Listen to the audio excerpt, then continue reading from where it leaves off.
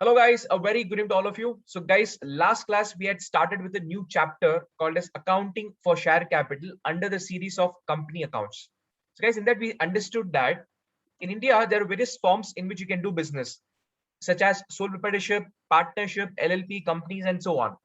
Now what happens is because of certain inherent constraints or limitation in the sole proprietorship business, people look up to the partnership business, and because of certain inherent limitations and constraints in the partnership business, people look up to companies, to formation of companies such as private companies and public companies.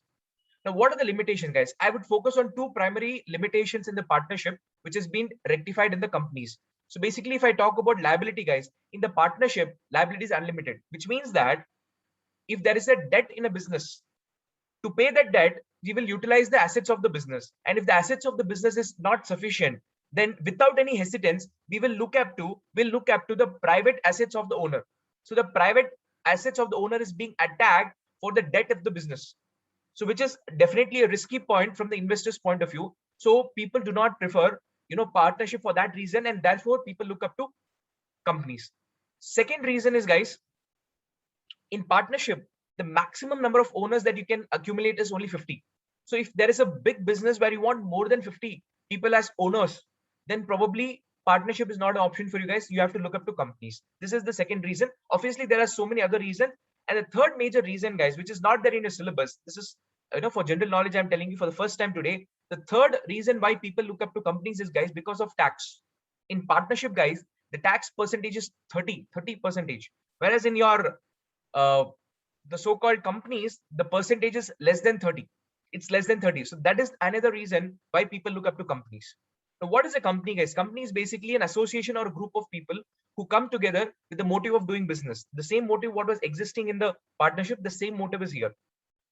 The only difference is that in partnership there is no need for registration, whereas here in the companies you need to do the registration. A company is created only through incorporation, which is called as registration. So guys, there's certain terms that we understood in the last class. One is that shares. What is shares? I told you very clearly, share is nothing but share in part of the capital. That is the share in the capital of the firm. You contribute your capital, right? You contribute your portion of capital. For that, what you contribute, you'll get a share in the profit of the business. In simple terms, I've explained. When I do the numerical problems, guys, that time I'll tell to you, or probably put up to you in detail what does face value of share means, how do we calculate the number of shares, and all that we'll be doing in the practical problems. So guys, I've explained to you very very simple way what share means. We also understood what is share capital. Why don't we have capital in the individual names? Because here there are 50, 500, 50,000, even 5 lakhs owners in one single company. Writing each and every person's individual name will complicate the face of the balance sheet. So what we do is we write all the capital together as a share capital, because it's capital which is shared by so many people. So it is called as a share capital. Obviously for that we maintain the register in the individual names as to who has contributed how much, which is a separate document. So we understood shares, we understood what is the share capital. We also understood the shareholders, guys. The person who's contributing the capital here is called as shareholder, who's also called as member. In local way, what we called as owner, right? Here we don't use the word owner, we use the word shareholders or the member, but the privilege is the same, guys. And then we went on to understand certain features of the companies. That is, a company, in order to be created, it has to be registered. Without registration or incorporation, a company cannot be born. Point number one. Then we understood that a company is called as an artificial legal person, therefore it enjoys the title of separate legal entity, right? Then we also understood, because of having the title of artificial person, it can own the property in its own name, it can enter into contract by itself, it can sue somebody for some actions, and it can be sued for somebody's bad actions, right? And then we understood the meaning of perpetual succession, guys. It says that in company the best part is members may come and members may go, the shareholders may come and the shareholders may go, but the company will go on forever, which means that shareholders death, shareholders bankruptcy, the lunatic behavior of the shareholder or the member will not affect the existence of the company. Therefore the investor can without any fear invest in the company and keep on running the show. So that is perpetual succession. And then we understood the liability part, guys. Liability can be limited to the amount of capital what you've subscribed for. Let's suppose you've subscribed for 10 lakh worth capital. You promise to pay 10 lakh. In companies, you have the option that you don't have to pay the entire 10 lakh in one shot. As and when the company wants, they can ask you the money. Maybe first round, they can ask you 2 lakh capital. Second round, they might ask you 3 lakh capital. Third round, maybe another 3 lakh capital. Like that, they can ask in multiple rounds. We'll discuss about that in the upcoming, when we do the numerical questions. So in case of companies, guys, companies liability is limited. So your liability is limited to the extent of capital what you have taken up for. Let's say you have taken 10 lakh rupees capital. You have agreed to contribute 10 lakh capital. In that, you've given 6 lakh already. So your remaining liability will be to the tune of 4 lakh rupees. Or if the company is limited by guarantee, which means you have contributed the entire 10 lakh as capital. Over and above that, you said that in case the company winds up, and in that case, if there is any money required, I can guarantee further 3 lakh rupees. So now here, apart from 10 lakh rupees capital, you will have a further liability to the extent of the guarantee what you've given, which is 3 lakh rupees here. So this is the concept of limited liability. And if the company wants to choose to have unlimited liability, it can very well do it. That time it will, probably share the status of the partnership. Then guys, transferability of the share. In case of, OPC, you cannot transfer the shares. So there's no question of OPC where you can transfer the shares, which I'll discuss now in some time. Second is in private limited company, you can transfer the shares provided in the articles of association, there is a point that has been mentioned and the procedure that has been accepted. Second, in public limited company, there is no any hindrance or no problem in transferring. You can transfer it freely from whenever you want. You can invest in the company. If you don't want to continue to be the shareholder of the company, you can very well transfer the shares to somebody, take your money and go back. So this is about the transferability of the share. And then we understood about the management and ownership, guys. Here, there are so many shareholders, so many members. If all of them get into management, the company will be in real mess in terms of decision making. So what shareholders do is they appoint persons who will act as a director of the company, and they are the person responsible, to make the decisions and run the company. So management is with somebody else, and the ownership is with somebody else. So management is with the directors and ownership is with the shareholders. They're two separate items, guys. I hope you are very clear with this. And then if company opts to have a common seal, then every document or every agreement which it is entering with, on that agreement, there has to be a common seal, without which the document could be invalid. So this is the summary of the concept what we discussed in the previous class, guys. Today we'll be heading towards the next concept, which is the kinds of the companies. So in the Companies Act 2013, there are three different kinds of companies that has been, allowed to be created. Before Companies Act 2013, guys, when we were into Companies Act 1956, we had only two kinds of companies. One is private company, another is public company. But after 2013, we have got another version of company, which is called as a one-person company. So guys, there are three different kinds of companies. First one is one-person company. One-person company. This is the first one. Second is the private limited company. And third is the public limited company. So guys, are you clear with the three different kinds of company? Can we name it one more time, guys? All of you. What is the first one? One-person company. Second? Private limited. Super. Third? Public limited company. Public limited company. So these are the only three forms of, having the companies. Now let's understand them one by one.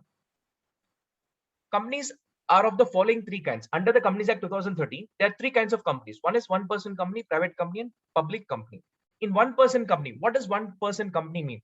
Section 2, subsection 62 of the Companies Act 2013 defines, guys, always section 2 of the Companies Act, 2 will always be definitions. There'll be so many, words which the Act has to define. What is this? What is that? Section 2, subsection 1 could be something else. Explain the meaning of something else. Section 2, subsection 2 will be the meaning of something else. Like that, this is section 2, subsection 62, in which we are defining what is a one-person company. A one-person company means a company which only has one person as member. Who is a member, guys? Another name for member is? Shareholder. Shareholder. So which means in one-person company, guys, you can only have one shareholder, not more than one shareholder. This is one point which can be attacked for MCQ. They can ask you in one-person company, how many people can be a shareholder or a member? They can give 4 options, 1, 2, 3, 4. What will you select? So guys, I'm telling you, each and every line is very, very important. So pay your 100% attention here. So this is the most important place. Please highlight it. If you have highlighted, please highlight this point. it can only have one person as its member. Just highlight this point. That's it.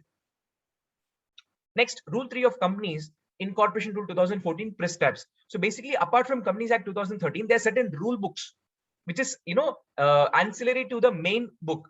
In that, certain rules have been laid down. What are the rules? Only a natural person. Natural person means a person who is, born as a, what do you call it? Act of God. A natural human being, technically, only a natural person can be an OPC. So first condition, he has to be a natural person. Second is he has to be an Indian citizen. And third, he has to be a resident in India. These are the three conditions which has to be cumulatively satisfied. Only then you can qualify to become an OPC. Now, for example, if Chris Gayle of West Indies wants to, open an OPC in India, can he do that? No, sir. First point, he has to be a natural person. So Chris Gayle is human being, so no doubt. First point, qualified. Second, is he an Indian citizen? No, sir. No, sir. He can get Indian citizenship. See, guys, either by birth you can be a citizen of India, or you can apply for the citizenship of the country. You can get it. Now, if Chris Gayle is having Indian citizenship, no problem. So citizenship is by birth or by rule. And third is resident of India. Now, what in the Income Tax Act, who can be a resident? That has been defined. So basically, if there is if a person stays in India for more than X number of days, if I'm not wrong, it is 181 or 182 days. It is either 181 or 182 days. If the person is there in India for 182 days or more, I'm not sure about the exact number. I'm just telling you the rough number. So if he's in India for more than X number of days, only then he qualifies to become a resident. For example, if you go outside India, let's suppose you're working in Dubai and you're there for almost 1 year, 2 years. You're there abroad for more than 182 days, which means you're in India for less than 182 days. In that case, you are a citizen of India, no doubt. You are a natural person, no doubt, but you're not a resident in India. For you to be a resident in India, you should have been in India for X number of days. If you do not be in India for X number of days, if you do not be in India for that many X number of days, then you will not be called as a resident of India. You will be called as a non-resident of India. NRI, the frequent word what you use, NRI, non-resident Indian. So why is somebody called as non-resident? He's an Indian citizen, no doubt, but he does not reside in the country for more than X number of days. He resides less. So he's a non-resident. When he's residing less, he's not a resident of India. He's called as a non-resident. So for you to start a OPC, guys, these are the three conditions which you have to fulfill. He has to be a natural human being. He has to be a citizen of India. He has to be a resident of India. Only then he can be he can form a OPC. And one more condition is that when you form an OPC, you have to give a nominee, you have to mention a nominee in the business. So that nominee also has to satisfy these three conditions. Why is nominee given? For example, if the person who started this company is, he's died due to some reason. So this company has to continue. So who will take over and continue this business? The nominee. The nominee will continue the business. So this nominee, when you appoint a nominee, while the formation of OPC, even this nominee has to satisfy all these three conditions. Am I clear or not clear? Sir, so there won't be any work of nominee before his death. Sorry, come again. Sir, so there won't be any work of nominee before the. Not at all. Not at all. The nominee will have no hold or no rights in the decision making of the company. Only after the main person dies, he will become the he'll become the member of the company. And once he becomes the member of the company, once the nominee becomes the member, now he can make the decisions for the company. Until then, he'll be a dummy piece. Next. Sir, Yes, a nominee can be a family member or someone outside, sir. It can be anybody. It can be anybody. So basically, what is nominee? Who can be a nominee? All this will be mentioned in this rule book. So when you do your higher studies, such as your company's secretaryship or a CA, in that you'll be studying about a company law. Guys, there is one whole subject in your CA and CS, even in CMA, where you'll be doing the Companies Act alone. You can imagine for the Companies Act, there's entire subject. So you can imagine how big this law is. So in that, you'll be studying everything in detail. I'll not, get too much into it, or else, it'll be too much of information at your level. So I'll just try to restrict myself here because I can add a lot of points, but somehow I'm trying to restrict myself. Sir, I have another doubt, sir. Yes, the nominee should be mentioned in the AOA, sir. Yeah, so basically in the articles of association will be mentioned. You're right. Okay, sir. Next, Thank you, sir. one person can form only one person company or become nominee of only one such company. I cannot form multiple one OPC, guys. I cannot have only one OPC. And let's suppose if I'm appointing my wife as nominee, she can be a nominee of only one OPC. She cannot be a nominee of any other OPC. Am I clear with this point? Now there could be an MCQ question here. Can a single person form more than one OPC? So not possible. So both these points are equally important, guys. A and B both are important. Third one is, guys, it cannot be formed for a charitable purpose. If you are intending to open OPC and if you want to do a charitable activity, then my dear friend, you are in a wrong place. You have to think about opening a trust or a society, not OPC. OPC is for profit-making organization. So you cannot make any charitable, activities here. For that purpose, you cannot open it. So this is also one strong point from the MCQs, guys. MCQ point of view. Point number D. An OPC cannot carry a non-banking financial investment activities, including investment in securities of body corporate. Now, what happens is, guys, in India, we have banking system. A banking system is, a place where you, lend money to the people and earn out of it. Right. So you create a structure, you form a, body called as bank, and you are bound to follow the rules and regulations that has been laid down by RBI. Now, what happens is that banking, when you open a bank comes with hefty regulations. So some people do not want to open a bank, but still they want to do activities similar to bank. So what they do is they open for NBFCs. They open NBFCs, non-banking financial corporations. So if you're planning, so non-banking financial corporation means you are a non-banking person, but you're doing the financial activities. So if you're doing a non-banking financial investment, your work is to invest in multiple companies. Then my dear friend, OPC is not an option for you. You can look up to maybe private company or a public company, but you cannot open a OPC. So this is also a very important point from MCQ's perspective. Next, the capital of the company, that is OPC, cannot be more than 50 lakhs. So if you are planning to invest up to 50 lakh rupees, then OPC is an option. If you want to have your capital more than 50 lakh rupees, then my dear friends, OPC is not for you. And which capital are they talking about? They're talking about paid up capital.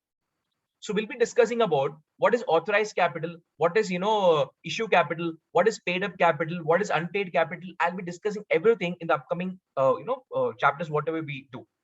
So guys, as of now, just remember the paid up share capital. Guys, there are multiple share capital, authorized, issued, paid up, unpaid up. So many things are there. So here the paid up capital is 50. Here they can confuse in MCQ. An OPC cannot have share capital for more than 50 lakh. Whether that share capital is paid up, whether it is authorized, whether it is issued, they can give you 4 options. So you have to choose any one options. So definitely, guys, I'm telling you, each and every point is very important from MCQ or true or false perspective. So guys, the paid up share capital cannot be more than 50 lakhs. Now, if it crosses 50 lakhs, then probably you have to convert your OPC into private or public company. So this is very important. Next, guys, if its average annual turnover of 3 years should not exceed 2 crores. If you want to enjoy the status of OPC, if you want to, guys, you have created an OPC. If you want to continue to be an OPC, then your average annual turnover of 3 years should not be 2 crores. Let's take an example for this.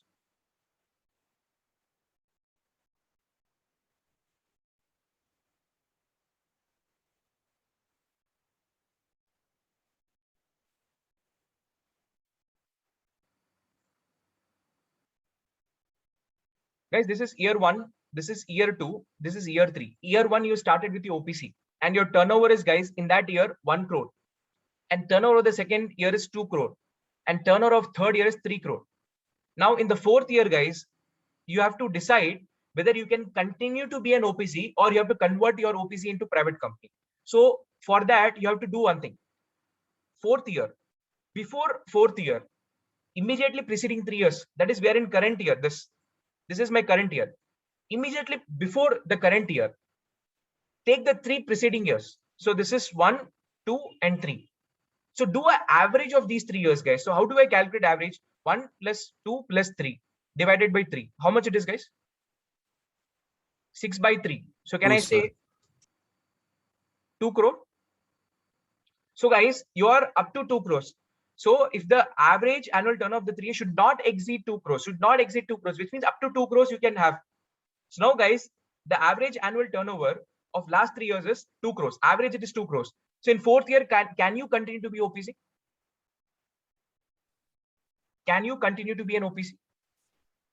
Yes, sir. Yes, sir. Yes. Now let's suppose in the 4th year, guys, your turnover is 4 crore. Now in 5th year, you have to determine, in the 5th year, you have to determine whether you can continue to be or continue to enjoy the status of OPC or should you convert it. So now guys, this is my current year.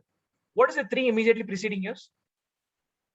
Can I say Second this? year, third year, Yes. fourth year, sir. Yes. Yes. So now please do the average of this, guys, which is 2 plus 3 plus 4 divided by 3, which is how much? 3 crores. Three. Sir. 9 by 3, 3 crores. Now, guys, have you exceeded 3 crores or not? On average basis, have you exceeded 3 crores or not? 3 or 2. 2, sir. 3, 3, 7, 3 crore, no? No, sir, it's No, sir, exceeding yes. 2 crores. Exceeding 2 crores, correct. So you've exceeded 2 crores. Now, can you continue to enjoy the OPC's title? No. You have to convert yourself. You have to convert yourself from OPC to private.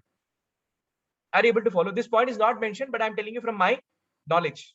So its average annual turnover of 3 years should not exceed 2 crores. They're telling that it should not exceed 2 crores, but they failed to mention if I exceed 2 crores, what will happen? If you exceed 2 crores, you have to convert yourself into private company. Am I clear with what I'm saying? Yes. Guys, I want energy, guys. I need pumping energy, man. I want everybody Can to, you show the whiteboard once again, sir? of course. Thank you, sir. Hey, Ringa Roses, Baga, I want participation, man. Participation. கேக்குதா கேக்கலையா Yes, sir. Yes, sir. Yes, sir. லவுடா பேசணும் எல்லாருமே பேசணும் Yes, sir. Yes, sir. Yes, sir. Yes, next point superb keep that maintained, guys. Now OPC should have at least 1 director but not more than 15 director. Simple ah சொல்ல போனா OPC ல வந்து minimum director எவ்வளோ? Minimum 1, maximum 15. Is this question qualifying for MCQ or not? Sir, doubt, sir. Yes, sir. boss. Sir, one person company should be there. Only one person should be there, no, sir. Then how, sir, 15 directors? I'll come to one point. Can I say in companies there are 2 different title? One is the shareholder title, another is the management title. Correct. We just revised the point where we understood that shareholder is different, member is different. What do you call it? Management is different. Shareholder will be only one. Who is the person who is managing, my dear friend? Board of directors. Directors, not board of directors. Directors are managing. So now we're talking about directors, minimum 1, maximum 50. So can I say member shareholder is still 1? I've not touched upon. Okay, sir.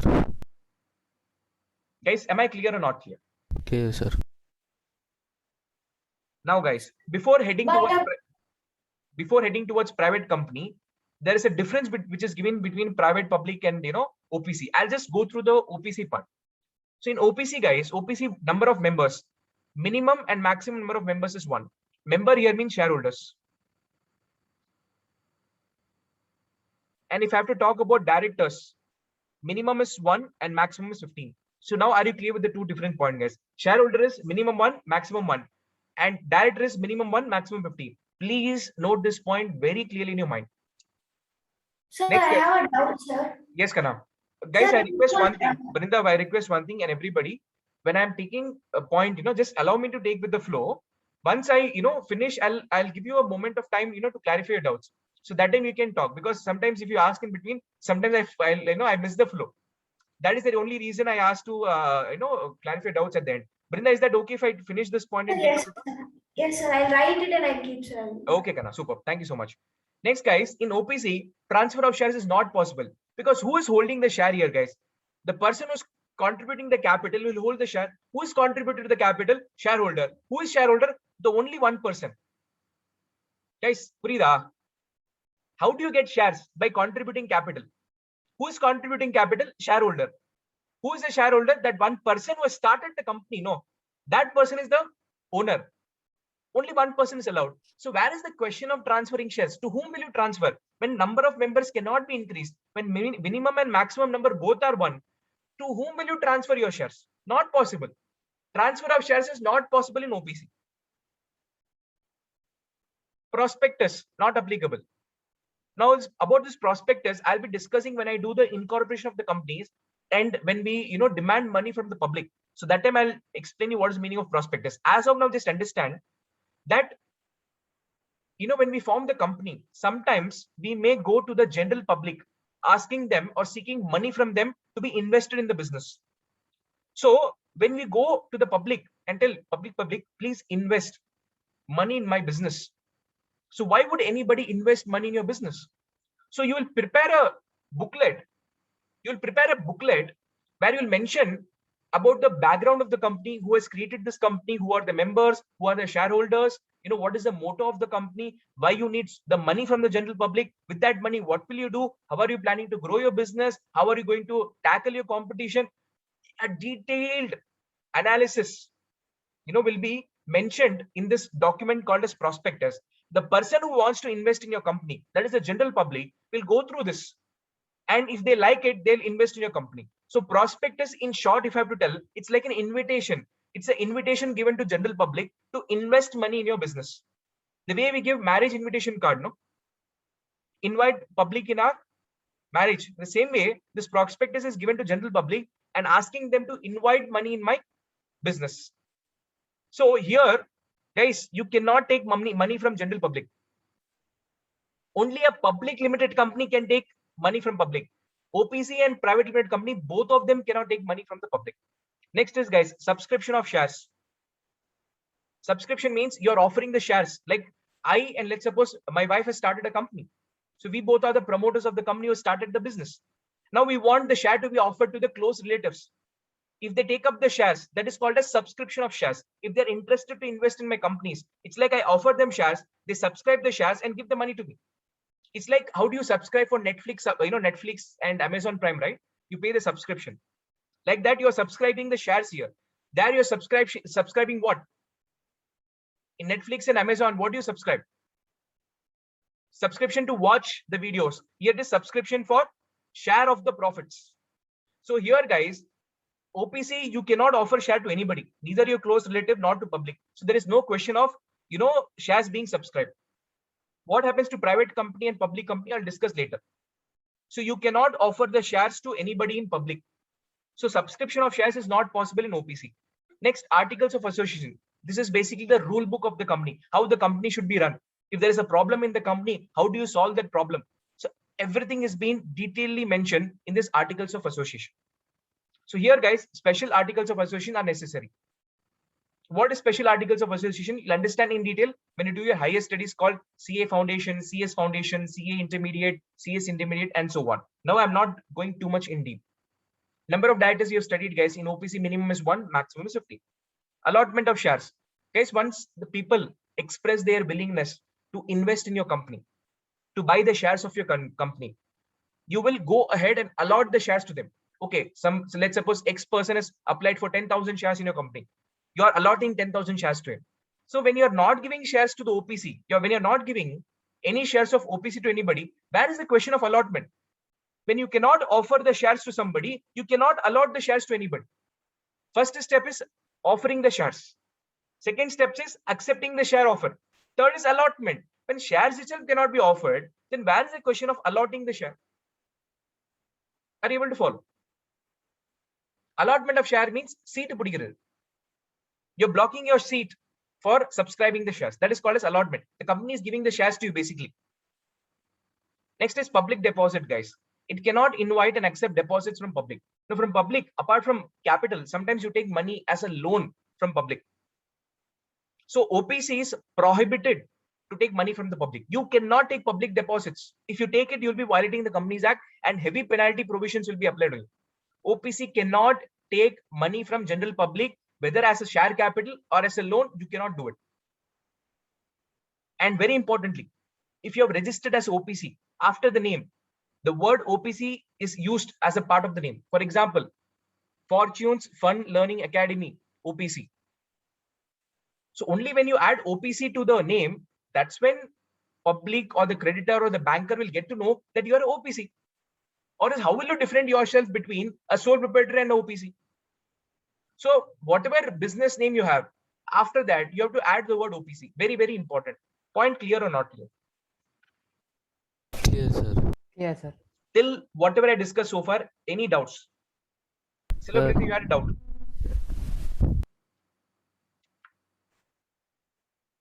Celebrinda, you had a doubt, and one doubt which Shrikant asked in the last class, that what is the difference between OPC and sole proprietorship? Same I'll be doubt. answering those two now.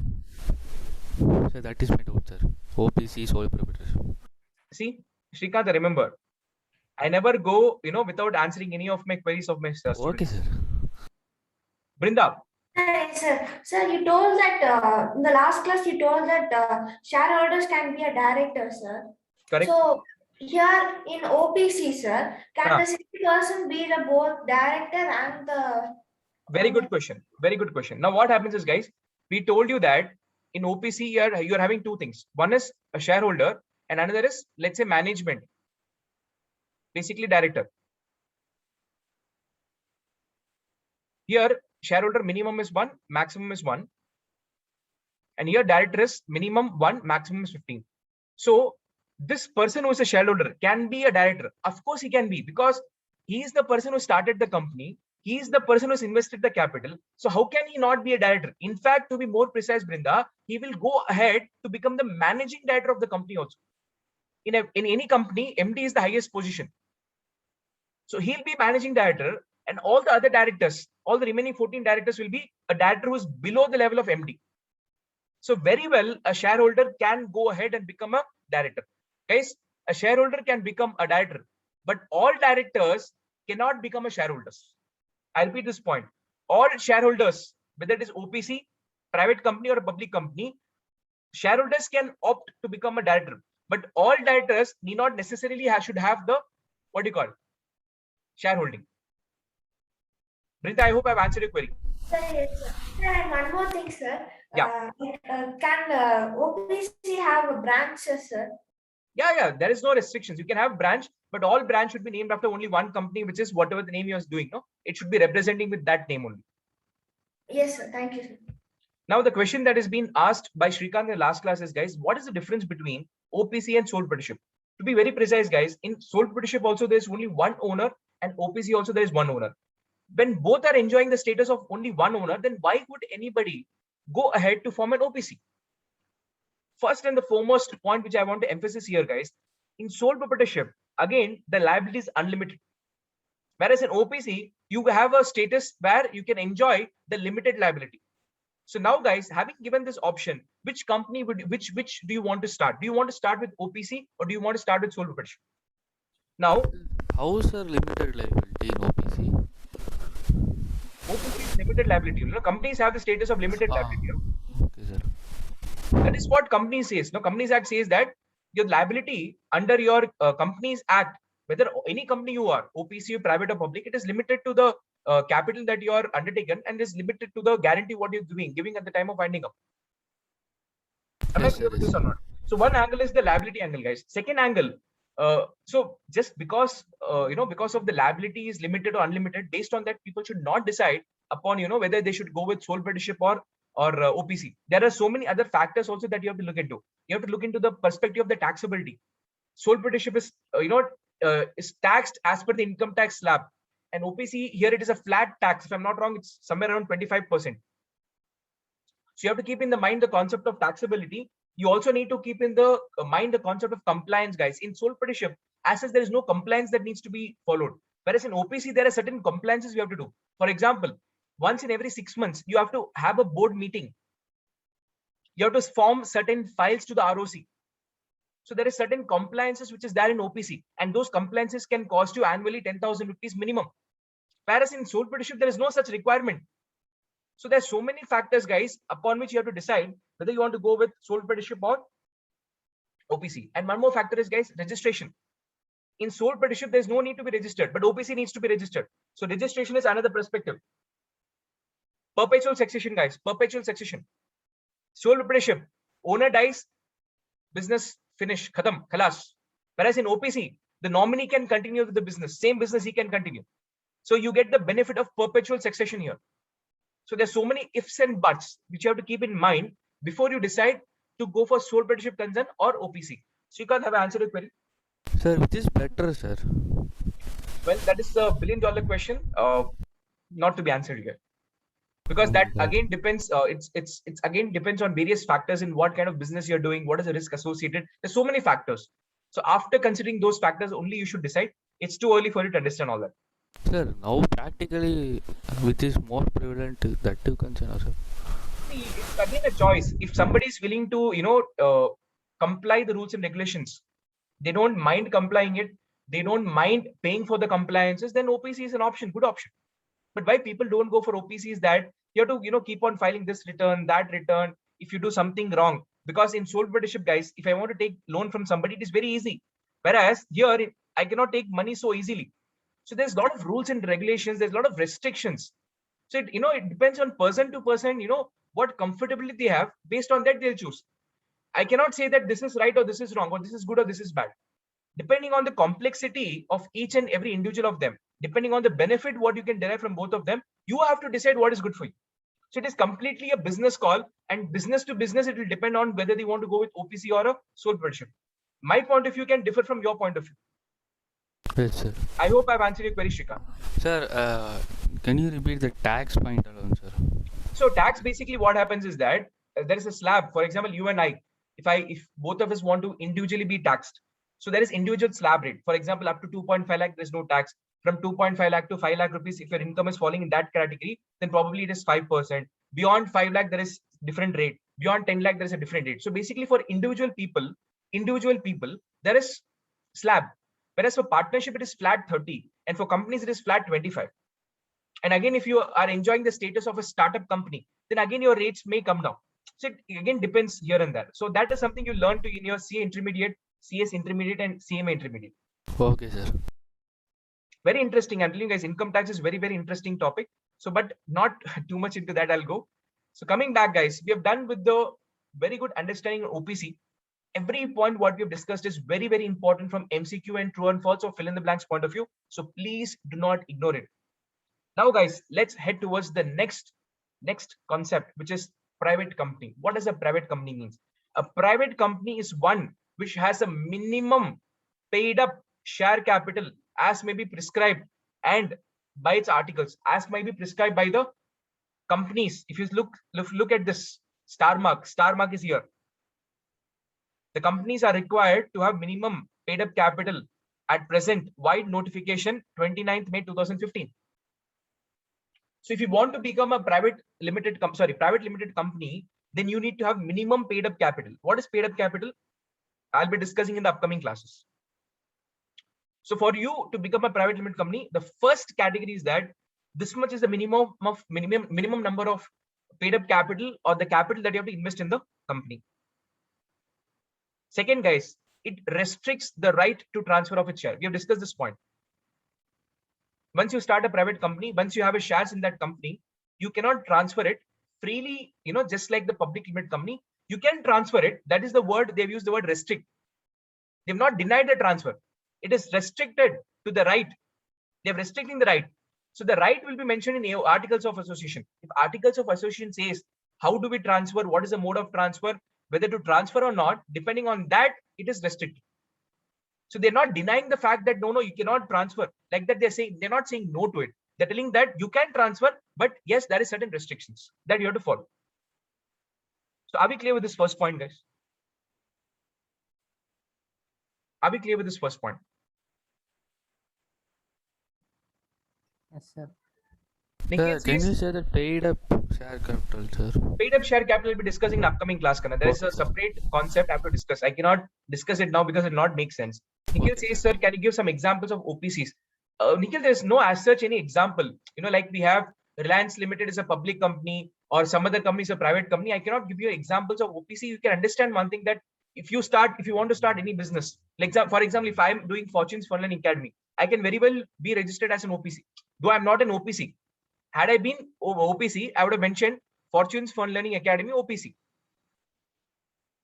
OPC is not much famous, guys, because people do not much of people do not prefer OPC.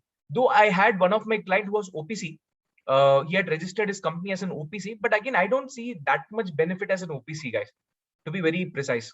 So I'm not sure, Nikhil, what example that could be given here, but you can of course search in Google, and maybe in I'll give you a link where I can give you the MCA website link where you can put some OPCs name and you can probably get the list of the companies who are having or enjoying the status of OPC.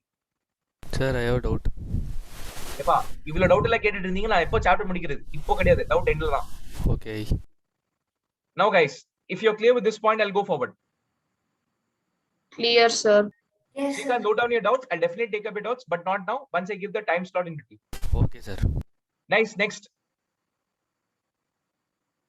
Except in the case of one-person company, limit the number of its members, excluding its present and past employee to 200. So in a private company, guys, in a private company, how many members you can have? Minimum is 2, maximum is 200. That's what we studied in the last class. When you calculate this 200, who are to be included in the count of 200 and who are to be excluded is very important.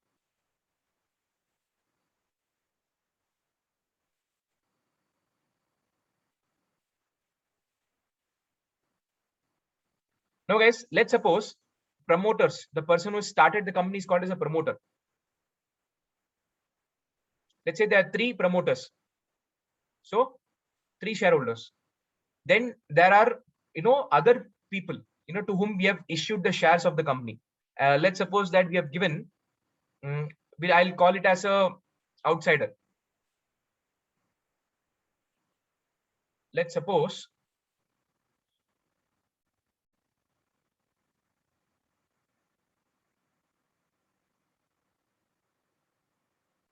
and employee. To my employee, I've given my share.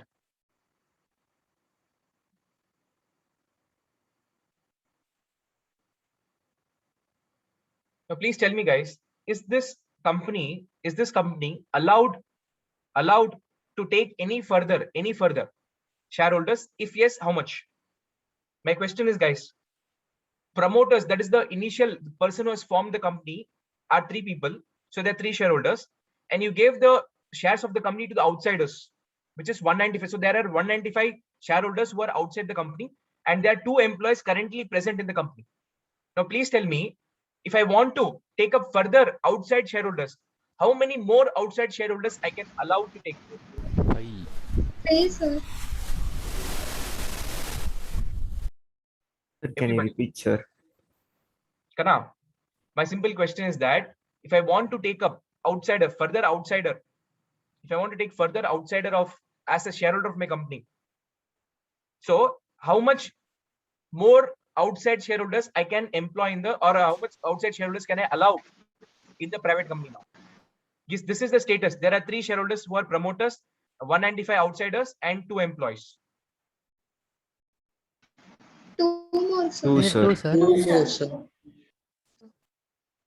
How do you say that? So guys, the maximum limit is 200, and this 200 should be who? These should be limit the number of members, excluding its present or past employee members of the organization. So here, guys, if I have to ask you, 195 members are those who are other than employees. Now, in these Sir, 3 promoters, let's suppose all the 3 are, employees of the company. Guys, even if a promoter is working as a director of a company, director is an employee of the company. So let's suppose even these 3 people are the employees. So how many are the employee shareholders? Can I say 5?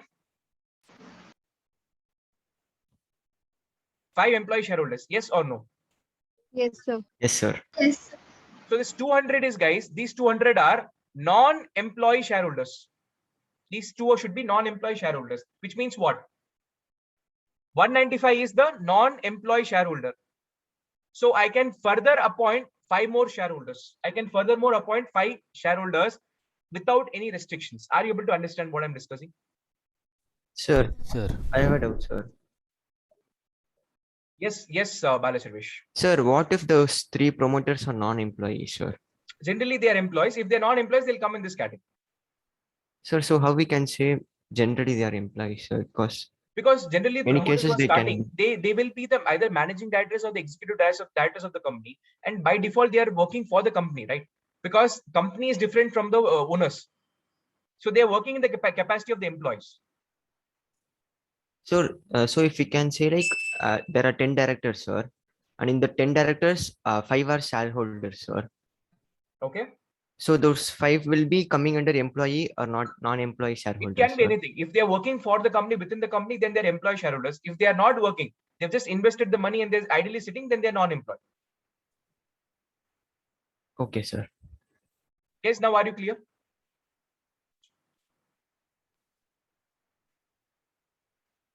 So when you count this 200 limit, guys, you have to exclude two people, employees. Which employee? Present and past. Now let's suppose these employee are past employee. Now, will your answer still remain the same? Can I add 5 more shareholders from the outside of the company? Now let's suppose I make this 12. Let's suppose I make this 12. Now tell me, guys. So total, how many members are there in the company? 195 plus. So is it 210? Yes, sir. Now tell me, guys, have they violated the provision? If not, how many more shareholders they can allow to get added? So guys, the maximum upper limit is 200. In that 195 are non-employee shareholders and 15 are employee shareholders. These 3 are employees and these 3 are employees, but these 12 are past employees.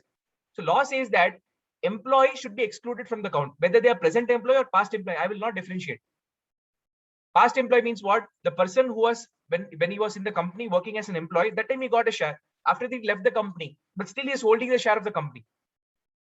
Past employee means in the past he was working as an employee. That time he got the shares of the company, and later he left the company, but still he is holding the shares of the company. So he's become a past employee shareholder. So this person and this person, 15 people are employee shareholders, whether present or past doesn't matter. So from 210, guys, I will minus 15. From 210, if I minus 15, what will be the count? 195, sir. 195 are the present outside shareholders. What is the limit? 200. So I can take 5 more outsiders as the shareholders. Now are you clear with the point? Sir, I have one more doubt, sir. Yes, boss. Sir, if we say so, even those 195 employers, they can show like employers, no, sir. You mean to say Like, this 195 so people? showing them fakely like employer and making them non-employee. You cannot do Sorry, all that employer part. because the compliance is very strong. You cannot fake any documents. You cannot, because you need to give all the proof, man. Because if you are thinking that compliance is of private and public, it's a gimmick where you can play around with the officials. Trust me, if you do that, you'll get royally screwed up. And no people can do that because the compliances are very strong. You cannot fake it. So, Bale Sarvesh, your question at the first instance is invalid. Okay, sir. Yes, boss. Sir, is there a specific time limit after which only the employers can buy the shares? Because before, if you employ somebody and then buy the share, and then you exclude that person out of the Very simple. company, When you're in employment, if you become the shareholder as when you become an employee of the company, there's no as such the limit that, see, there is no necessity that every employee will take the shareholding. Generally, what happens is employees who are in the higher grade, those who are in higher grade, they've been given the options of the stock, that is shares of the company. So what is important here is that during the employment, if that person has become a shareholder, that is the criteria that is become an employee shareholder. Have I answered your query? Yes, sir. Okay. Moving on further, guys. Moving on further. Most important point, where shares are held by 2 or more persons jointly. Where the shares are being held by 2 or more persons jointly, they shall be treated as a single member. Sometimes what happens is that, let's suppose I've invested 10 lakh rupees in the company, against which they're giving me shares. So one share certificate they'll give me. In that, it will be mentioned that you'll be getting so much number of shares. How do we calculate this number of shares? I'll be discussing in the practical question. Okay. So I've given this 10 lakh rupees as capital, against which the company is giving me 1 share. Now this share is in 2 names. In the certificate, in the share certificate, I have my name mentioned and I have my wife's name mentioned, Pratik and Anita. Now the question here is, in a share certificate, Pratik and Anita, both of them are jointly holding. Let's suppose I've opted for 1 lakh shares. Okay. 1 lakh shares into 10 rupees each. So total is 10 lakh. Guys, at this moment, you will not understand what this 1 lakh is, what this 10 rupees is, what this 10 lakh is. So I'm not going in detail because I can explain this point to you in detail in the numerical question. So let's suppose that the total capital that I invested is 10 lakh. Against that, I'm getting 1 lakh number of shares. And these shares are in the joint name of me and my wife. The question here is that will me and my wife consider as two different person, two different shareholder for the purpose of this counting of this 200 limit, or we'll be treated as one member? The question is, when the share certificate is in the joint name of two people, so will these two people be considered as one member or the one shareholder, or will they be considered as two shareholders independent? So law says that where any share is held by two or more persons jointly, they shall be treated as a single person. So even though we are two human beings, since we are jointly holding the share, we'll be treated as one person. So only one member will be treated as. So when you count the limit of 200, I and my wife together will be treated as one member, one shareholder. Am I clear with this point or not? Sir, who can be jointly shareholders, sir? Yes, sir. Same doubt. It can be anybody. It can be my blood, any person who are two blood related or non-blood related, two friends. It can be Bala Sarvesh and Shrikant together. Anybody. Okay, There is sir. no restriction as such. Sir, so for this also there should be any proof, sir. Of course, there are certain formalities that has to be filled. Once you achieve those formalities, you will become a joint shareholder. No problem. Sir, can you explain this point again, sir? Very simple. Now, 10 lakh rupees I have invested, and I don't want the share certificate to be only in my name. I want in the share certificate, half of the share to be in my wife's name and my name. So when the company is issuing a share certificate, in that share certificate, there is name of two persons. So now will these 2% independently be treated as two different members and shareholders, or will they be treated as one single person? No, the law says that where any shares are held by two or more persons jointly. Guys, do you know what is a joint bank account? Bank account you can open in your individual name. For us, Shrikant, for example, Shrikant can open bank account in his own name, and Shrikant's mom can open her bank account in her own name.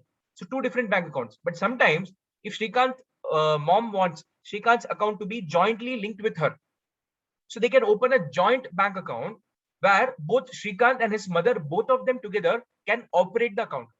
Same way here also, guys, the way we open the bank account, here you'll open the share account, where there'll be two members, like two different people will be getting the shares in two different names, but they'll be on the whole treated as one single person because they're holding that share account jointly.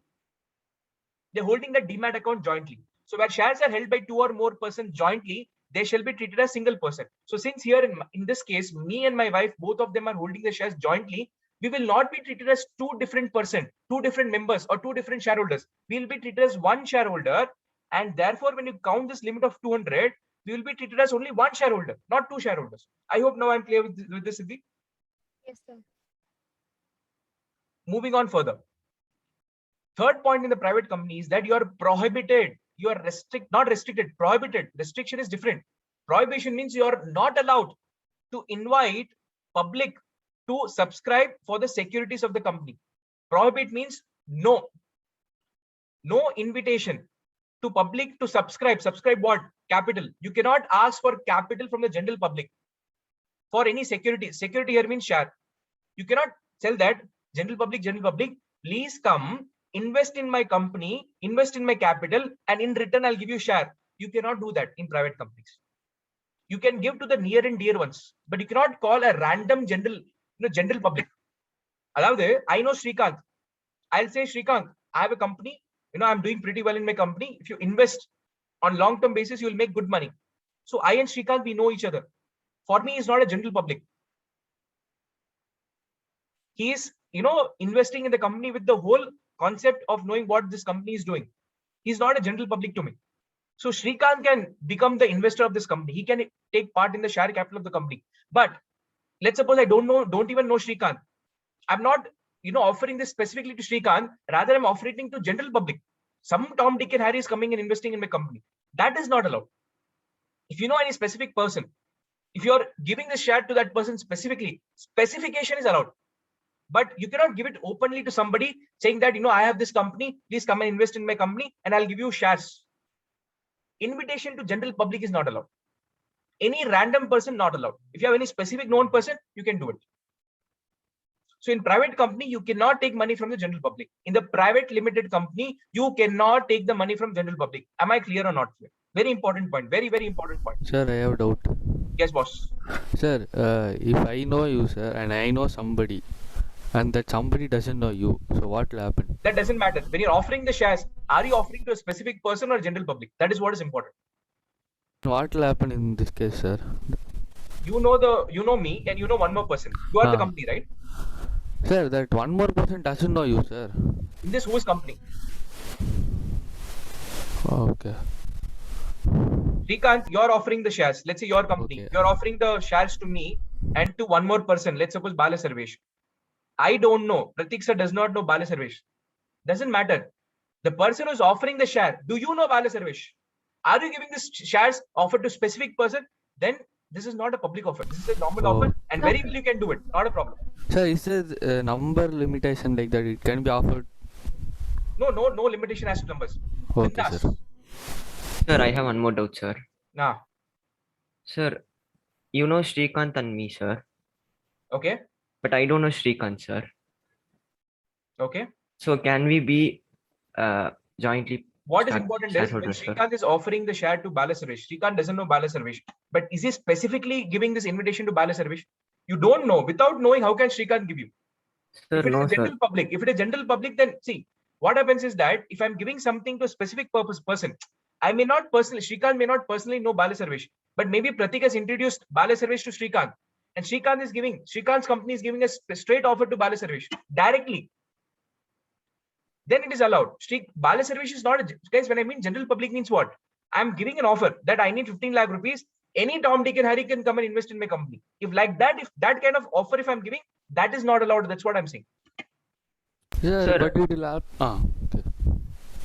But it will happen indirectly, no, sir. If everyone knows, like it is keep on introducing, then it will become. One second. Reliance Limited. Nice, sir. There are so many shareholders. Now, Yes, sir. Reliance Limited, or when they came with their initial IPOs. Now, for example, Zomato has come with an IPO. You know what is IPO? Initial public offering. Zomato, all of you know Zomato? Yes, sir. Yes, sir. Zomato recently came with an IPO, which means what? They recently gave offer to the public of, let's suppose they invited 500 crore rupees from public. So can I say anybody from nook and corner of the world can apply for the shares? Yes, sir. That is called as public offer. Okay. Are you able to differentiate now? Yes, sir. Sir, When I give a have one more public doubt, sir. offer, it is mass public. From anybody from anywhere can come and apply. So let's suppose if I am going and taking the share of Zomato, is there any possibility of me knowing Zomato person? No, sir. Maybe yes, maybe no. Is it necessary that every general public who's investing in the company will get to know the owner of the company? Not possible. That is the difference between public offer and the private offer. Okay. Now, guys, moving Sir, I on. have one more doubt, sir. I'll give you a time slot, then again that slot. Thank you. Okay, sir. 2 minutes, because if I give too much of doubt clarification sessions, then probably my target for today will be missed. So just give me some time. I'll finish off, then give you a slot Okay, to sir. discuss. A private company should have at least 2 directors, but not more than 15. Guys, member is minimum 2, maximum is 200. Director is minimum 2, maximum is 15. Just like OPC, but OPC minimum was 1. Here it is minimum 2. Guys, are you able to understand the difference between the two? Guys, you Sir, have to be very crystal clear with the difference in numbers. Yes, boss. that 15 directors can be the members of the company, sir. Yeah, they can be members. Like the Directors can be 200 members. May or may not be. It's not compulsory that every director should be a member. It's not a compulsion. If the director is ready to, invest in that company, he can very well take up he can choose to become a member. But if director says that no, boss, I don't want to invest in the company, I just want to manage the company, then he can alone choose to be a director. Okay, sir. Next important point, guys. Once you form a company, whatever the name is, after the name, the way you added OPC here, now you will add the word private limited. For example, Fortunes Fund Learning Academy Private Limited. This is important. This word adding is very important. So at the end of the name, you have to add the word private limited. So for OPC, you will add OPC. For private limited company, you will add the private limited word. Am I clear or not? Yes, sir. Next, number of members, number of shareholders is minimum 2, maximum 200. But when you count 200, you have to exclude 2 people. That is present and past employee members. Second point, let's talk about directors, guys. Directors minimum 2, maximum 50. Minimum 2, maximum 50. Minimum 2, maximum 50. Very, very clear in this. Next, guys, transfer of shares. Articles of association restricts the transfer. Restrict means what? There's certain condition that is laid down in articles of association. Once you follow that, only then you can transfer the shares. If you don't follow those rules and regulations, then it will stop you from transferring. In OPC, you cannot even transfer shares. In private, you can transfer subject to certain conditions. Next is, guys, prospectus. You cannot take money from the general public. Prospectus is basically an invitation. Just like we give a marriage invitation, it's an invitation that is given. Invitation given to general public. When you cannot take money from the general public, where is the question of prospectus being issued? So prospectation need not be issued. Now, when you are giving share straight away, let's say Shrikant's company is giving share directly to, let's suppose, Bala Sarvesh, straight away, that time there is no need to give prospectus. For that purpose, this is called as private placement. Privately, Shrikant's company is giving to Bala Sarvesh. In that case, prospectus need not be issued. No need, no compulsion. Next is subscription of shares. Shares cannot be offered to public. You can give it privately to known people, but you cannot give it to the public directly. Special articles of association is necessary. Allotment of shares. Shares may be allotted as the directors decide. Now here also, let's suppose director decides that the shares, how many shares should be given to Bala Sarvesh, how many shares to be given to Jinay or Krishna. Depending on that, the shares will be allotted. Let's suppose we are planning to give shares to 3 people, Bala Sarvesh, Jinay and Krishna. We want only, let's suppose, 30 lakh rupees as capital. Bala Sarvesh is ready to give full 30 lakh. Jinay is ready to give full 30 lakh. Krishna is ready to give full 30 lakh. So that doesn't mean that since each of them are giving 30, you will take 90 lakhs. No. When your requirement is 30 lakh, you will take 30 lakh. Now the directors will decide from Bala Sarvesh how much money will come and how much share you want to give to Bala Sarvesh, how much share you want to give to Jinay, how much share you want to give to Krishna. Directors will decide. So you can say that Bala Sarvesh, please give me 15 lakh rupees capital, take 50% share. Jinay, give me 7.5 lakh rupees, take 25% share. Krishna, give me 7.5 lakh rupees. You take 25% share. Guys, are you able to understand? All the 3 are ready to pay 30 lakh each, but my total requirement is 30 lakh only. My total requirement is 30. So what I'm saying, Bala Sarvesh is, Bala Sarvesh, I know you have the capacity to pay 30, but give me only 15 lakh. So how much percentage of holding Bala Sarvesh is getting? How much percentage of shares Bala Sarvesh is getting? Can I say 50%? Sir. Shareholding, once again, shareholding of Bala Sarvesh will be 50%. He is holding 50% of share capital. Now, Krishna, we are telling Krishna, dad is telling Krishna, Krishna just pays 7.5 lakh rupees. I'm fine with it. Which means what? 25% of capital. Now Krishna will hold. Jinay, dad is telling Jinay, Jinay just pay me 7.5 lakh rupees. It's fine. Which means how much percentage of holding in capital Jinay is doing now? 25%. So add these 3, it will be 30 lakhs. Add these 3, it will be 100%. So Bala Sarvesh is holding 50% shares.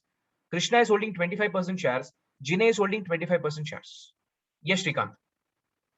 Sir, if Bala Sarvesh wants more than 50% of share, what will happen, sir? He will want, in this case, Bala Sarvesh is ready to pay full 30 lakhs.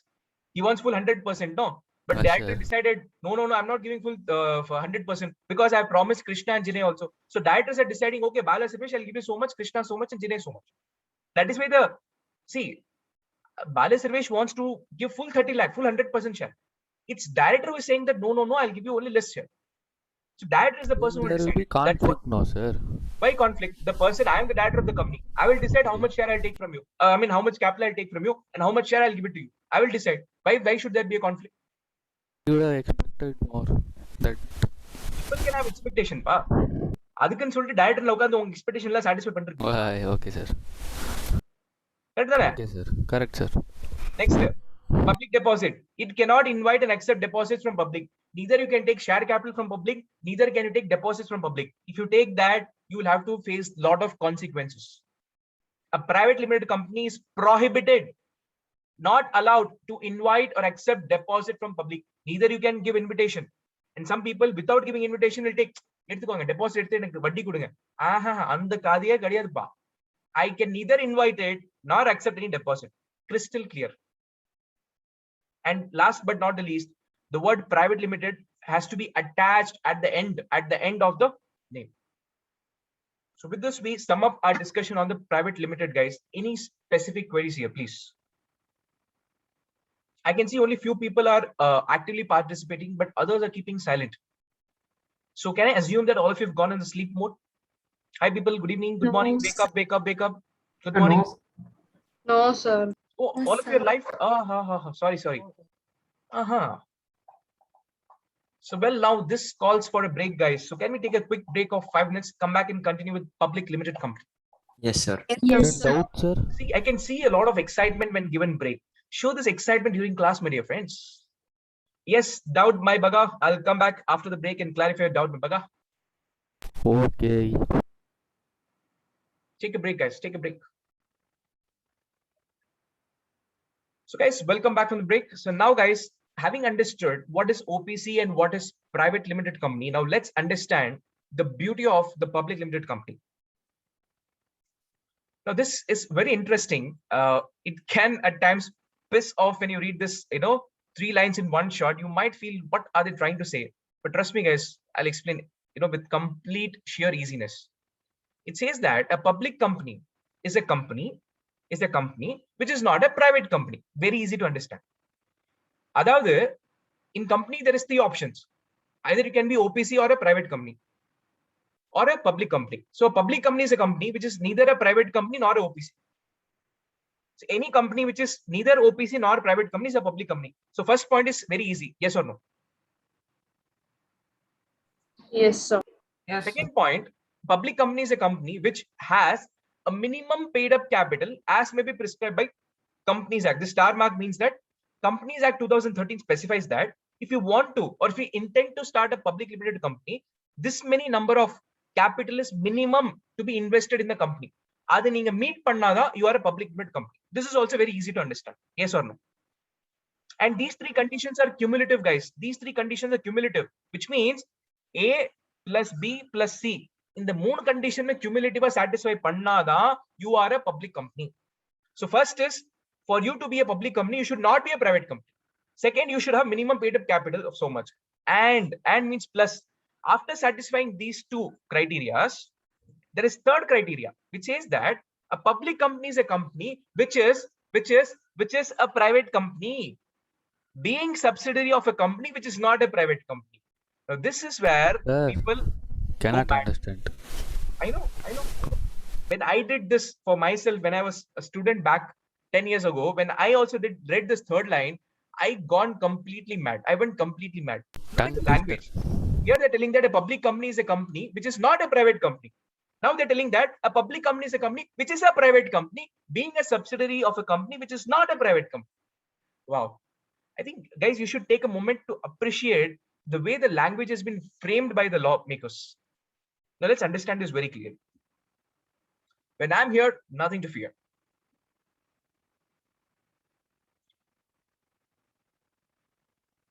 Now, guys, this is Kalprix Academy, okay?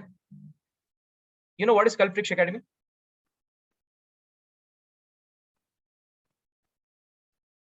Guys, you know what is Kalprix Academy? What kind of classes do we provide in this? Yes, sir. Yes, What sir. is it? Yes, sir. What is it? CA, sir. So all the professional courses, CA, CS, CMA, ACCA, this is the intention and the vision with which we started with this academy called as Kalprix Academy. Now, this is a company, let's suppose this is a limited company, which is a public limited company, Kalprix Academy Limited. Guys, in public limited company, for example, after the name, you should add the word limited. For example, we have in the private company, that after the name, you should have the private limited. In OPC, at the end, we should have OPC. Likewise, in the public company, at the end, you should add the word limited. So this is Kalprix Academy Limited. So which means, can I say this is a public company or not? Yes, sir. Yes, sir. Okay. Now what happens is there is another academy called as Fortunes Fun Learning Academy. Fortunes Fun Learning. Understand very carefully, guys. This is the difference, and with this understanding, you'll get the clarity of the third line. Fortunes Fun Learning Academy private limited, which means, guys, Fortunes Fund Learning Academy is focusing to provide coaching classes for 9th, 10th, 11th, and 12th standard students. So basically for school grade students, we are focusing to provide the coaching classes. And what is the status of the company? It is private limited. This is private limited and this is public limited. Now guys, Kalpriksh Academy, since the word is limited, this is 100% a limited company, that is public limited company. And this is a private company.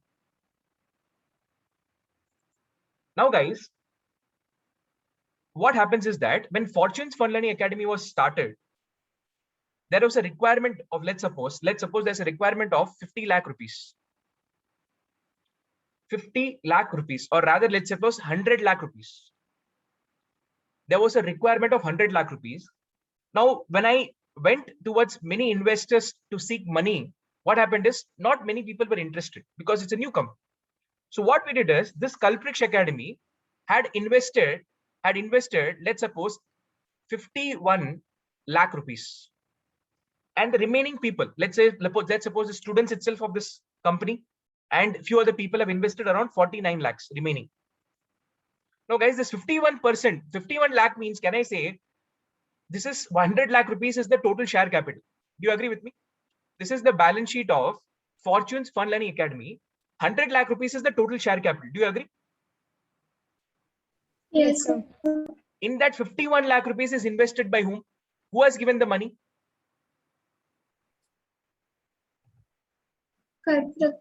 Kalpriksh Academy. And remaining 49 lakh, who has given? Can I say others? So the thing here is that if any company, any limited company is investing 51%, or if it is holding 51% of the capital, mark the words. If any company is holding 51% share in the other company, then this Kalpriksh Academy will be called as holding company. What will be called as? This will be called as holding company. Sir, can you repeat, sir? Fortunes Fund Learning Academy was in requirement of 100 lakh rupees as share capital. In that, 51 lakh rupees has been contributed by Kalpriksh Academy and 49 lakh by remaining other people. Now, if any company is investing 51 lakhs and above, 51% above, I'm just telling a figure. If you hold, to be, in other words, if I have to say, if any company holds the majority share, guys, here if you see majority is held by Kalpriksh Academy. Remaining 49 lakhs, there's so many separate people.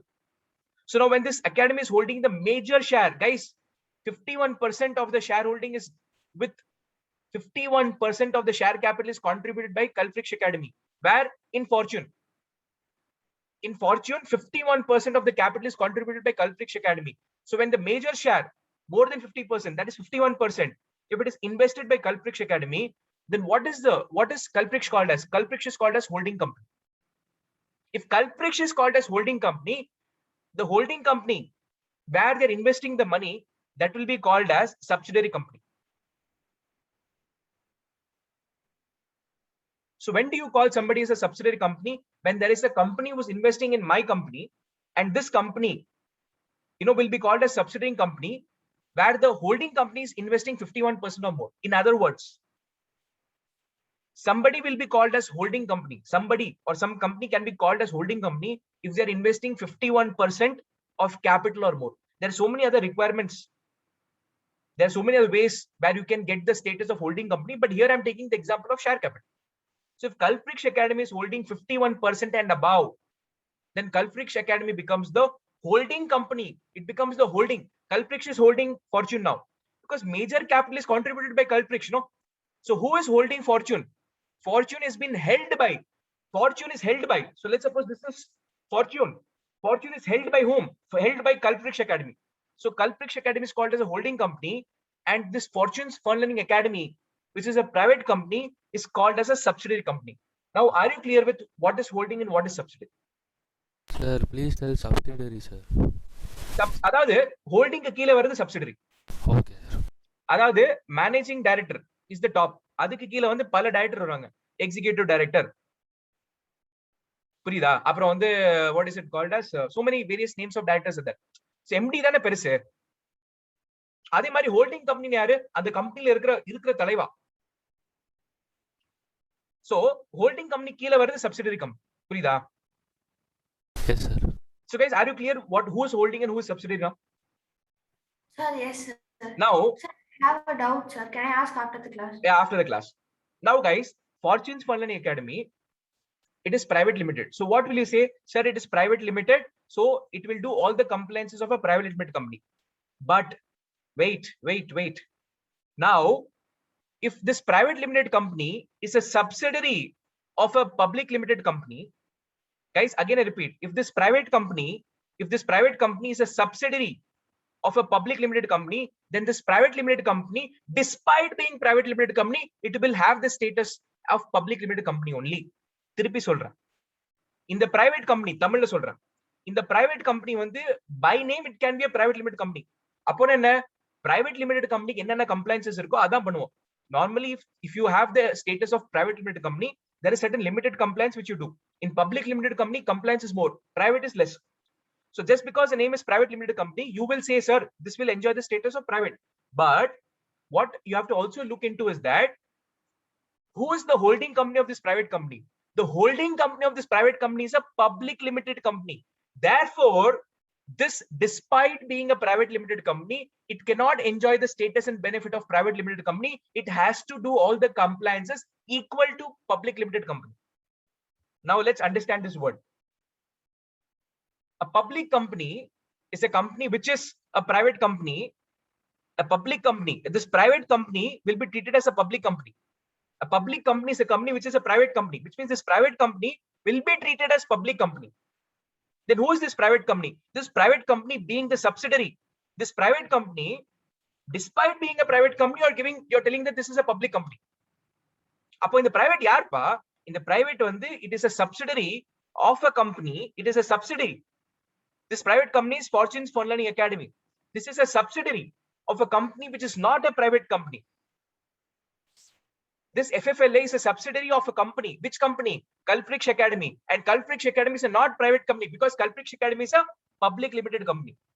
Simple as solla ponana, if in any private limited company, if any private limited company is having a holding company, which is a public company, then this private company, despite registering as a private company, it cannot enjoy the benefit of private company. It cannot do the compliance of private company alone. It has to do the complete compliances as good as public company. இது ஒரு public company மாதிரி நினைச்சிட்டு இதோட compliances எல்லாம் பண்ணி ஆகணும். புரியலையா? Understood, sir. Yes, sir. Yes, sir. Language பாருங்களேன் எப்படி கொடுத்திருக்கான், செம்மையா கொடுத்திருக்கான். திருப்பி படிக்கிறேன். A public company is a company which is a private company. அப்புறம் இந்த private company வந்து FFLA வந்து என்ன சொல்லிட்டான்? பப்ளிக்ன்றான். எதுக்கு பப்ளிக்ன்ற? பிரைவேட் தானே. எதுக்குனா இந்த private company ஒரு சப்சிடிரியா இருக்கு. எதுக்கு? Of a company which is not a public company. This private company FFLA is a subsidiary of a Culprich Academy, and Culprich Academy is not a private company. It is a limited company. Tell me guys, any doubts here please? This point is very, very important. No, sir. Clear, sir. Sir, I had no doubt, sir. Yes, boss. Sir, like, sir, இப்போ வந்து sir, the public limited company வந்து it has more share, no sir. So Correct. it will have more liability than the private limited company, no sir. Liability இல்லைன்னா அதாவது வந்து share holding liability இங்க ஆங்கிள்லே வராது. அதாவது இந்த கம்பெனிக்கு ஓனர் யாருன்னு பாத்தீங்கன்னா 51% ஓனர் வந்து Culprich Academy, மத்தவங்க 49%. அதாவது யார் கேபிட்டல் வச்சிருக்க அவன் தான் ஓனர். Sir, யார் yes, கேபிட்டல் கான்ட்ரிபியூட் பண்ற அவன் தான் owner. So here Culprich Academy is contributed 51 lakhs, which is more than compared to other people. This 49 lakhs is coming from 15-20 other peoples. So can I see a single person is holding 51 lakhs? So avan dana major. sir, yes, sir. So that is why it's called. That is why I use 51%. If Culprich Academy is investing 50 lakhs or 49 lakhs, will it be a holding company or not? Again, you have to look at to Companies Act. Companies la வந்து பாத்தீங்கன்னா வெச்சுக்கோங்களே, இந்த 51% out, there are so many other points which is given. அதாவது ஒரு company வந்து, if a company is to be called as a holding company, what all are the criteria that it has to satisfy, that has been given in the company's law in detail. Here I'm not discussing, I'm here really focusing on one point, which is 51%. Because 50% means both are equal. 51% தான majority. Yes, sir. So I'm majority capital base பண்ணி இது holding company ங்கிறது I proved. I'm just trying to explain you. How can somebody called as a holding company based on the majority of shareholding? Sir, then if it is holding 49%, sir, we can't say it as a public company and we should say it's a private Nah, company, sir. yeah, if it is holding 49%, then this company will not be a holding company. This company will not be a subsidiary company. Therefore, this company will not enjoy the status of public limited company. It will continue to be a private only. So the criteria is not 51%. The criteria is that if you are qualified, if this Kalpvriksh Academy is qualified to become a holding company, and this Fortunes Fund Learning Academy is qualified to become a private company and thereby the subsidiary company, then this subsidiary company, despite being private company, will continue to be called as a public company. Name la private da irukum. Ana public oda compliances, public oda features வந்து இங்க apply ஆக ஆரம்பிச்சு. So what is important is that, are you a holding company? Are you a subsidiary company? இது ரெண்டு உள்ள பிக்சர்ல வந்தாதான் இந்த private வந்து public மாதிரி பார்க்க ஆரம்பிக்கும். That is, you will be called as private, but when you wear the glass, it will be the glass of a public. புரியுதா? Yes, sir. Next, guys, a public company must have at least 7 members. In private, minimum 2, maximum 200. Here it is minimum 7, and there is no restriction for the maximum numbers. Unlimited. That is why if you see, when you invest money in Reliance Limited and so many companies, guys, there are 1 lakh shareholder, 5 lakh, 10 lakh shareholders. There's no upper limit for public limited companies. So that is the benefit of public limited company.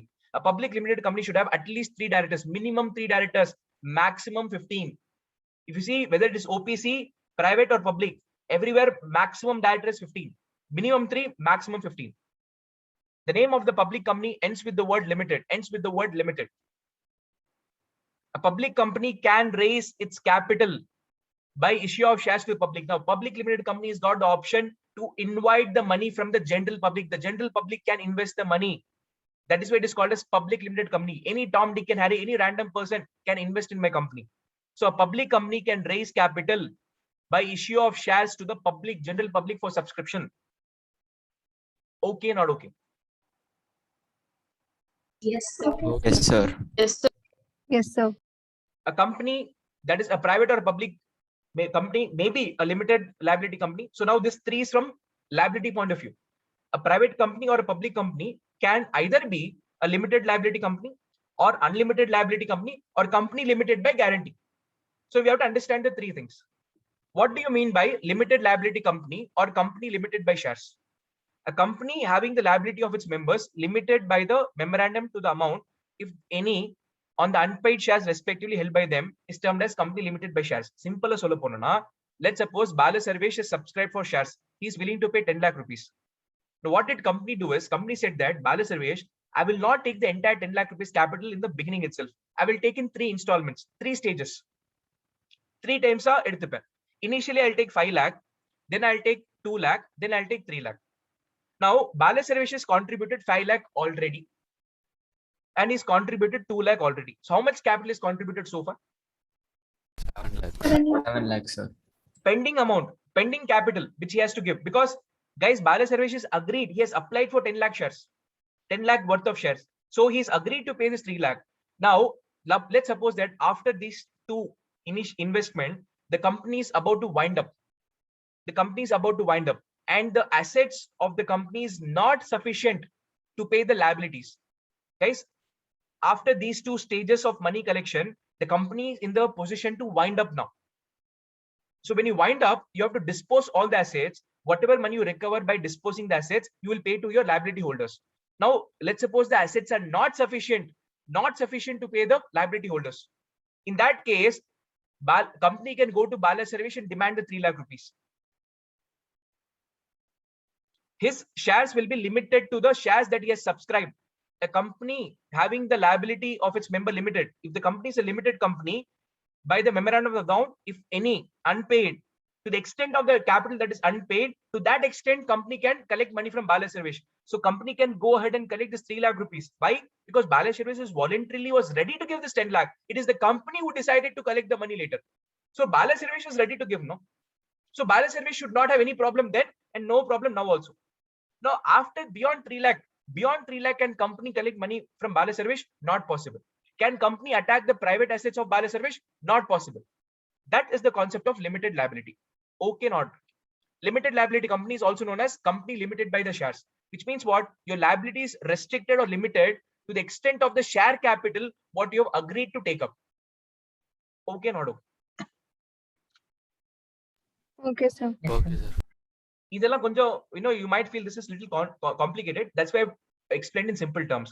The liability in this case for Bala Sarvesh can be only to the extent of the capital which is unpaid. Beyond that, if the company wants money, it cannot take money from Bala Sarvesh, nor it can attack the private properties of Bala Sarvesh. That is the beauty of this particular concept. Next is, guys, unlimited company. It is a company where the liability of its members is unlimited. Now, same case, guys, where Bala Sarvesh is given 5 lakh and 2 lakh. And after that, the company is wound up. Now, company will demand 3 lakh, not only 3 lakh, it can demand more money from Bala Sarvesh. If Bala Sarvesh is not giving extra money beyond 3 lakh rupees, it can attack the private properties of Bala Sarvesh, sell it and use the money here for the public, for the company debts. Any problem with this? Thus, in the event of winding up of the company, that is unlimited liability company, the debts of the company shall be met from the private properties of the members. That is the shareholders, that is the owners. Any doubts in this, please? All of you awake or in sleep mode? I cannot see any participations. Awake, sir. Awake. No Guys, very doubts, sir. important points from MCQ point of view. Very, very, very important. If you miss this, I'm telling you, you're gone, man, gone. If these 2 points are done, guys, I'm going ahead towards the last point. Company limited by guarantee. Now, guys, Bala Sarvesh is, willing to take up capital to the tune of 10 lakh rupees. In that, he's contributed 5 plus 2, which is how much? 7 lakh. He is yet to pay 3 lakh rupees. He's yet to pay 3 lakh rupees, guys. What happens is that when Bala Sarvesh expressed his intention to become the shareholder of the company, he said the company, don't worry. In case, if this 10 lakh rupees, what I'm going to give, if it is not sufficient, if you have any problem, if the company goes up into winding, and during the winding up stage, if you need any help of extra money, I can guarantee you additional 4 lakh rupees. So Bala Sarvesh has given already 7 lakh. In the event of winding up, Bala Sarvesh will give 3 lakh rupees because that is the capital which is already agreed. So for towards capital, Bala Sarvesh will give 3 lakh. Plus, he has guaranteed another 4 lakh rupees. So totally, Bala Sarvesh will pay how much now? 14 lakhs. 15 lakhs. Correct? A company limited by guarantee. So the status of the company, it is a company. It could be either private or public, but it is limited by guarantee. It can be either the liability can be limited to shares or company, or it can be unlimited, or it can be limited by guarantee. So these are the 3 status of liability. So if your company's got liability which is limited by guarantee, then to the extent of the amount what you've guaranteed, that much money the company will have to collect from Bala Sarvesh, and Bala Sarvesh has to give it. It is a company having the liability of its member limited by the memorandum to such amount as the member may respectively undertake or guarantee to contribute to the assets of the company in the event of winding up. If the assets of the company is not sufficient to meet the liability of the company, then the member may undertake to contribute towards the asset. How do you contribute towards asset? By giving money in cash and bank. Bala Sarvesh will give this 4 lakh rupees either in cash and bank. So your asset of the company will increase. So that is called as contribution to the assets of the company. Are you able to understand? Yes, sir. Guys, I'll take 2 more minutes and finish off this last difference between. In public limited companies, guys, minimum is how many members? 7. Minimum 7, maximum no limit. No limit, maximum no limit. Transfer of shares, you can do free transfer without any restrictions. Freely you can transfer, guys. You can transfer from one company to another company, one person to another person, no problem. Transfer of shares usually without any restrictions. Prospectus, guys, now public company takes money from public, no? To take money from the public, you have to invite the public in your company. So prospectation must be, it has to be issued. If you want to go for a public issue, if you want to collect money from public, you have to give the invitation called as prospectus. Must be issued to invite the public to subscribe for the shares. If not, a statement in lieu of prospectus is filed with the registrar. What is statement in lieu of prospectus? I'll discuss later. So either you have to give a prospectus or a statement in substitute of a prospectus has to be given. What is a statement in lieu of prospectus? We'll discuss later. Either a prospectus or a statement in lieu. In lieu means instead of prospectus. Instead of prospectus, you'll give one statement. but it is compulsory. Prospectus is compulsory for a public company if at all you are taking money from the public. If you're not taking money from the public, if the promoters themselves are giving the money, then no problem. No prospectus is required. Prospectus is required only if you invite the money from the public. Subscription of shares can be offered to the public. You can offer the shares to the public. Articles of association, guys, what happens is table number F of the Companies Act 2013, all the rules and regulations by default will be there. If you are not in position to remember and recollect what and all points and rules and regulation I should write, if you don't remember, you can copy paste what is given in table F. In table F, they've given detailed how a company should run, what are the procedures for each and everything. It is mentioned in detail. உங்களுக்கு என்ன பண்ணணும்னு தோணலனா இந்த table effect by add பண்ணி copy paste பண்ணிடுங்க. If you want to have certain points which is different, you want to add some own points of yours into AOA, you can do that also. Table F, that is a format is given, the format of rules and regulations, you can adopt that. Or alternatively, it can have its own AOA also. You can have your own rules and regulations and have a clause which is different from table F. Right? So not too much in discussion. Number of directors, guys, minimum 3, maximum 15. Right? Shares can be allotted only if the minimum subscription is received. Now, what is minimum subscription? We have a practical question based on this. So when I come at that segment, I'll explain you what is the concept of minimum subscription. Next, it can invite and accept deposits from public. Guys, the name is public limited company, man. If you don't get money from the public, then what is the point of public limited company? So you can very well invite or take money from the public.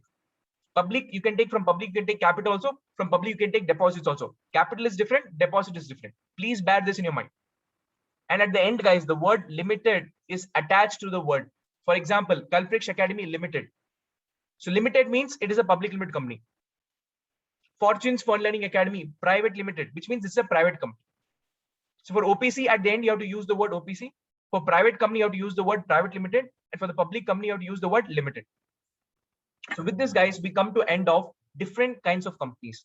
Any difficulties or any questions in understanding any points what we discussed so far, guys? No, sir. Comfortable? You might say, sir, இதே overdose இருக்கு. இதுக்கு மேல எங்களுக்கு தம்பே இல்ல sir. Doubt கேக்குறதுக்கு அப்படினு feel பண்றவங்க I understand.